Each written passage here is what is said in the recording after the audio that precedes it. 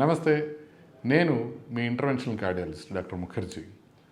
ఇవాళ మనం ఒక చాలా ఇంపార్టెంట్ టాపిక్ చెప్పుకుందాం. నేను చాలా విషయాలు వీడియోస్లో చెప్తూ ఉంటాను, కానీ ఈ టాపిక్ చెప్పడానికి నా క్వాలిఫికేషన్ సరిపోతుందో లేదో అన్న భయం నాకు మనసులో ఉంది. అయినా కూడా నాకు తెలిసిన విషయాలన్నీ మీకు చెప్తాను. ఇంకా ఫర్దర్ కావాలంటే ఇంకా అనేక మంది ఈ ఫీల్డ్లో నిష్ణాతులైన వాళ్ళ గురించి మీరు తెలుసుకోవచ్చు. కానీ అసలు మెడిటేషన్ చేయడం అనేది ఎందుకు అవసరం అనేది మనం ఫస్ట్గా చూడాలి.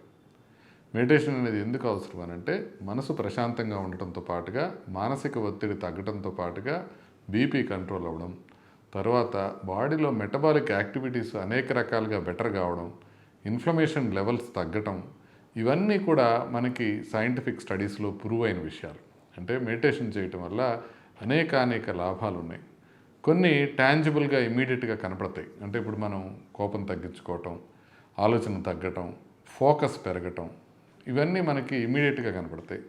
కానీ కొన్ని కనపడకుండా ఉంటాయి. నిద్రాణమైన శక్తులు ఎన్నో మెడిటేషన్తో మేల్కొంటాయి.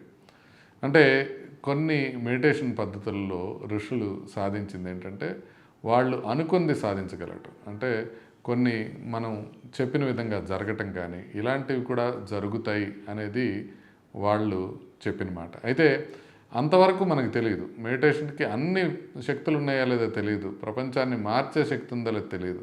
కాకపోతే మీ హెల్త్కి, మీ వెల్బీయింగ్కి ఖచ్చితంగా మెడిటేషన్ ఉపయోగపడుతుందని నేను గట్టిగా చెప్పగలను. ఎందుకంటే సైంటిఫిక్ స్టడీస్లో కూడా అనేక స్టడీస్లో మెడిటేషన్ అనేది ఖచ్చితంగా హెల్ప్ చేస్తుంది మనిషి ఆరోగ్యానికి అనేది మనకి క్లియర్గా తెలుస్తుంది. ఇది అసలు మెడిటేషన్ అంటే ఏంటి? మెడిటేషన్ అంటే ఏంటంటే, చాలామంది ఫస్ట్ అడిగే క్వశ్చన్ అది, అసలు మెడిటేషన్ అంటే ఏంటి అనేది.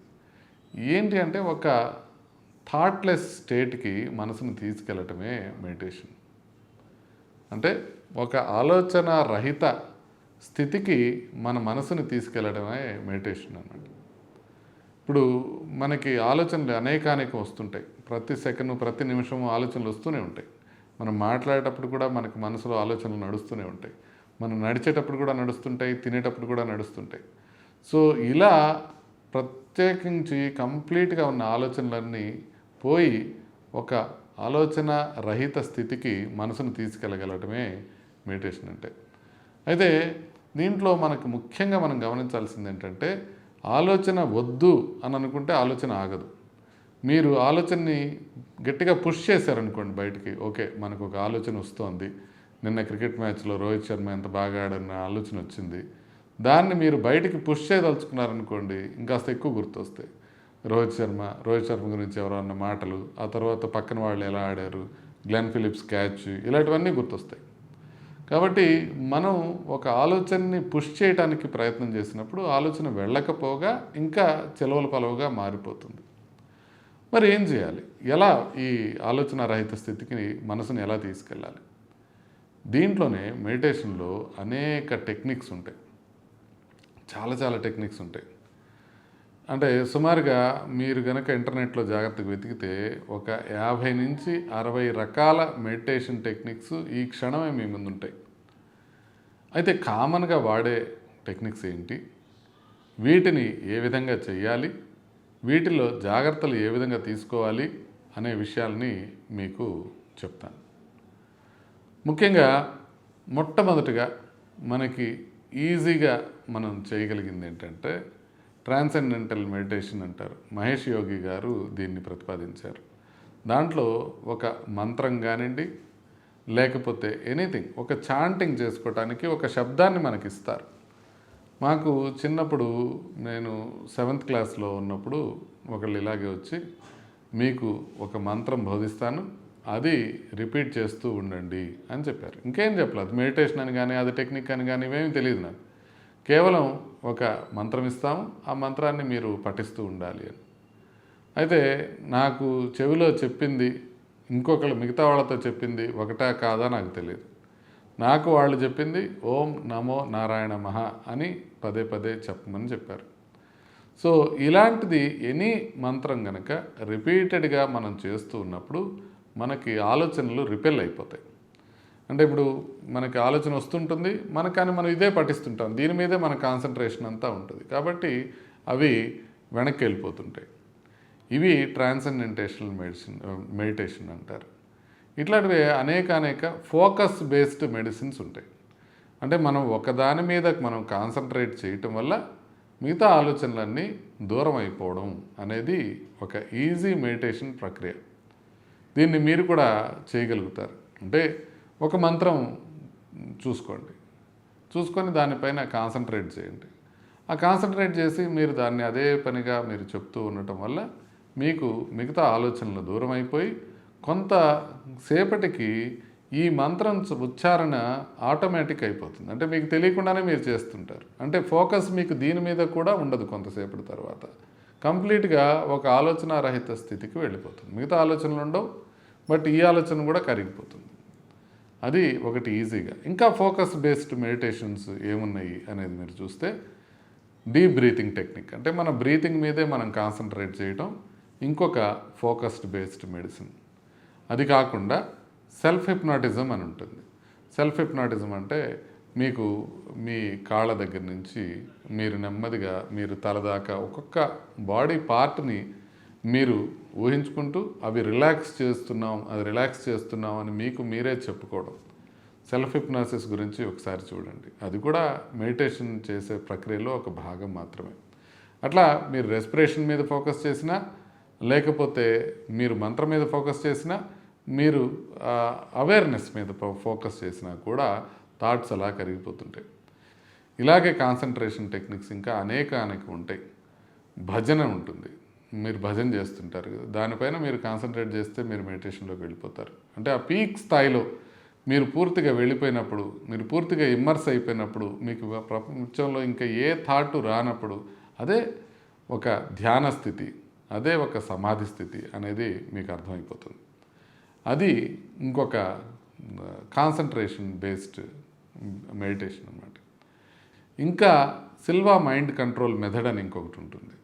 అది కూడా ఒక ఫోకస్ బేస్డ్ మెడిసినే. దాంట్లో ఏం చెప్తారంటే మీరు 100 నుంచి 1 లెక్కించాలి. అంటే మీరు ప్రశాంతంగా పడుకొని చాలా రిలాక్స్డ్గా ఉంటున్నప్పుడు మీరు 100 నుంచి 1 వరకు కనుక మీరు లెక్కేసుకుంటూ వస్తే 100, 99, 98 అని ఇంగ్లీష్ కానీ హిందీ కానీ తెలుగు కానీ మీకు ఇష్టమైనట్టు అలా చేసుకుంటూ వచ్చినట్లయితే మీకు కాన్సన్ట్రేషన్ అంతా నెంబర్స్ మీద ఉంటుంది. స్లోగా మిగతా థాట్స్ అన్నీ డిజాల్వ్ అయిపోతాయి. ఇంకొకటి మైండ్ఫుల్నెస్ మెడిటేషన్ అని ఉంటుంది. ఇది అవేర్నెస్ టైప్ ఆఫ్ మెడిటేషన్ అన్నమాట. అంటే ఒకదానిపైన మనం కాన్సన్ట్రేట్ చెయ్యం, కానీ will be completely aware of our surroundings. అంటే ఇప్పుడు నేను మాట్లాడుతున్నప్పుడు నా ముందు కెమెరా కనబడుతోంది, నేను మాట్లాడుతున్న శబ్దం నాకు వినిపిస్తుంది, నా భుజాలు ఎలా ఉన్నాయో నాకు తెలుస్తుంది, నేను టేబుల్ పైన చేయి పెట్టినప్పుడు ఉన్న స్పర్శ నాకు తెలుస్తుంది, ఈ చిన్నగా ఈ లైట్ హమ్ నాకు తెలుస్తుంది. ఇలా నేను ఇప్పుడు ఉన్న పరిస్థితిలో ఈ క్షణం మీద కంప్లీట్గా అవేర్నెస్ ఉండటాన్నే మైండ్ఫుల్నెస్ మెడిటేషన్ అంటారు. అంటే కంప్లీట్గా we are totally mindful of this present moment. మనం పాస్ట్ గురించి ఆలోచించట్లా, ఫ్యూచర్ గురించి ఆలోచించట్లా, ఇప్పుడు ఉన్నదాన్ని మనం అవేర్గా ఉంటున్నాము అని. ఈ మెడిటేషన్ టెక్నిక్స్ ఓవర్లాప్గా ఉంటాయి. అంటే ఇదే అవేర్నెస్ మనం బ్రీతింగ్ అవేర్నెస్ని కూడా అవేర్నెస్ అనొచ్చు కదా, ఈ సెల్ఫ్ హిప్నాటిజంని కూడా అవేర్నెస్ అనొచ్చు కదా. So being aware of our senses, అంటే అది కంటికి సెన్సెస్ కావచ్చు, చెవులకి సెన్సెస్ కావచ్చు, చర్మానికి సెన్సెస్ కావచ్చు, ఏదైనా మన పంచేంద్రియాలు మనకి చెప్తున్న విషయాల్ని మనం గమనించడమే అవేర్నెస్ బేస్డ్ మెడిటేషన్ అవుతుంది. సో ఆ మెడిటేషన్స్ తర్వాత ఇది మీరు ఎయిదర్ రిపిటేటివ్ మెడిటేషన్స్ అయినా చేసుకోవచ్చు, focus based or awareness type of meditations అయినా చేసుకోవచ్చు. ఇంకా మీరు ముందుకు వెళితే జెన్ టైప్ ఆఫ్ మెడిటేషన్ ఉంటుంది. జెన్ టైప్ ఆఫ్ మెడిటేషన్ అంటే ఎట్లా ఉంటుందంటే మీరు మీ ఆలోచనల్ని గమనిస్తుంటారు. అంటే ఒక పక్షి ఒక తటాకంలో ఉన్న అలల్ని ఏ విధంగా గమనిస్తుందో అలా మీ మనసులో ఆలోచనలు ఏ విధంగా వస్తున్నాయి అనేది మీరు గమనిస్తుంటారు. ఆలోచనలు రావటాన్ని మీరు గమనిస్తారు. మీరు ఆలోచన వచ్చింది అన్న విషయాన్ని నోటీస్ చేసేటప్పటికి ఆ ఆలోచన డిజాల్వ్ అయిపోతుంది. ఇలా ఆలోచన వెళ్ళిపోవటాన్ని కూడా మీరు గమనిస్తారు. సో ఇలా ఆలోచన రావటాన్ని, ఆలోచన వెళ్ళిపోవటాన్ని మీరు ప్రతిక్షణం గమనిస్తూ ఉంటే కొద్దిసేపట్లో ఇక ఆలోచనలు రావు. ఎందుకంటే మీకు తెలిసిపోయింది ఆ విషయం. అంటే ఆలోచనలు ఎలా వస్తున్నాయి, ఎలా వెళ్ళిపోతున్నాయని డిజాల్వ్ అయిపోవటం మీరు గమనిస్తారు. ఇలా మీరు గమనించినప్పుడు మీకు స్లోగా థాట్స్ అన్నీ డిజాల్వ్ అయిపోతాయి. ఇది ఒక హయ్యర్ ఫార్మ్ ఆఫ్ మెడిటేషన్. ఇది చేయటం కొంచెం ఇంకా అడ్వాన్స్డ్ ప్రాక్టీస్ చేస్తే వస్తుంది. బట్ ఈ జెన్ టైప్ ఆఫ్ మెడిటేషన్ కూడా చాలా చాలా మంచిది. దీంట్లోనే ఇంకా అడ్వాన్స్డ్గా వెళ్ళినప్పుడు జిడ్డు కృష్ణమూర్తి గారు మనకి ఇంకా మంచి మాట చెప్తారు. ఇప్పుడు మీరు ఏం చేస్తున్నారు, మీరు అబ్జర్వ్ చేస్తున్నారు మీ థాట్స్ని. మీరు అబ్జర్వ్ చేస్తూ ఉంటే థాట్స్ డిజాల్వ్ అయిపోతున్నాయి. ఇలా డిజాల్వ్ అయిపోయే టైంకి మీరు ఒక్క విషయం అబ్జర్వ్ చేయాల్సిన అవసరం ఉంటుంది. ఒక విషయం రియలైజ్ కావాల్సిన అవసరం ఉంటుంది. అబ్జర్వ్ చేయటం కాదు, రియలైజ్ కావాల్సిన అవసరం ఉంటుంది. ఆ రియలైజేషన్ ఏంటంటే ఈ వాట్ ఈజ్ బీయింగ్ అబ్జర్వ్డ్ అంటే మనం దేన్ని గమనిస్తున్నాము అండ్ ఏది గమనిస్తోంది, ఇవి రెండూ కూడా ఒక్కటే అనేది జడ్డి కృష్ణమూర్తి గారు చెప్పే మాట. అంటే ఇంకా హయ్యర్ స్టేట్ ఆఫ్ మెడిటేషన్ అన్నమాట. అంటే మీరు దేన్ని గమనిస్తున్నారు, ఏది గమనిస్తుంది, ఇది మీరు అంటే ఎవరు అనేదే ఒక్కసారిగా అవేర్నెస్ వచ్చినప్పుడు, ఆ రియలైజేషన్ వచ్చినప్పుడు ఒక్క క్షణంలో, ఆ క్షణం లోపల ఒక చిన్న భాగంలో మనం అత్యంత అద్భుతమైన మెడిటేషన్లోకి వెళ్ళిపోతాం. సో అది జిడ్డు కృష్ణమూర్తి గారు చెప్పే పద్ధతి. ఇంకా డ్యాన్స్ అనేది ఒక ఫార్మ్ ఆఫ్ మెడిటేషన్, భజన్ అనేది ఒక ఫార్మ్ ఆఫ్ మెడిటేషన్, సూఫీ అనేది వాళ్ళు ఇస్లాంలో వాళ్ళు స్విర్లింగ్ మెడిటేషన్ అంటారు. అంటే తిరుగుతూ ఉంటారు, భగవంతుడి ధ్యానంలో తిరుగుతూ ఉంటారు. ఆ తిరుగుతున్నప్పుడు వాళ్ళు ఇంకా ఒక విధమైన అలౌకిక ఆనందానికి గురవుతారు. అది కూడా ఒక టైప్ ఆఫ్ మెడిటేషన్. మనం ఇవన్నీ వీటిల్లో ఏది మనం చూస్ చేసుకున్నప్పటికీ వీటి కాంబినేషన్ కూడా చేసుకోవచ్చు. అంటే నేను కొన్నిసార్లు ఎలా చేస్తానంటే కింద పడుకొని ఉన్నప్పుడు మొట్టమొదటిసారిగా నా బ్రీతింగ్ మీద కాన్సన్ట్రేట్ చేసుకుంటూ ఆ తర్వాత సెల్ఫ్ హిప్నాసిస్ లాగా ఈచ్ బాడీ పార్ట్ని ఎలా రిలాక్స్ చేసుకోవాలో చూసుకుంటూ, అప్పటికీ ఇంకా నాకు మెడిటేషన్లోకి వెళ్ళకపోతే 100 నుంచి 1 కాదు కానీ 10 నుంచి 1 వరకు సిల్వా మైండ్ కంట్రోల్ మెథడ్లో కొంచెం లెక్క పెట్టుకుంటూ, తర్వాత ఒక్కసారి జెన్ టైప్ ఆఫ్ మెడిటేషన్లో నా థాట్స్ నేను అబ్జర్వ్ చేసుకుంటే ఖచ్చితంగా 100% నేను మెడిటేషన్లోకి వెళ్ళిపోతాను. బాగా ప్రాక్టీస్ వచ్చిన తర్వాత మెడిటేషన్ ఏ స్థాయికి వెళ్ళిపోతుందంటే, మీరు మెడిటేషన్ చేసే ప్రతిసారి ఒక ముద్ర కనుక పెట్టుకుంటుందంటే ఆటోమేటిక్గా బాడీకి ఆ ముద్రలోకి వెళ్ళగానే మీరు మెడిటేషన్కి వెళ్ళిపోవడం జరుగుతుంది.